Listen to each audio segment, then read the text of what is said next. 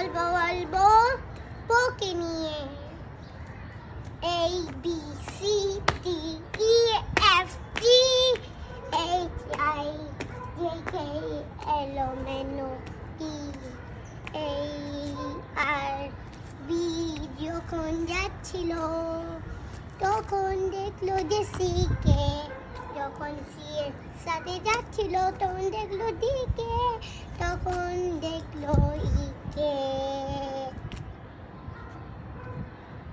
তখন দেখলো এফ কে, আর তখন দেখলো এইচ কে।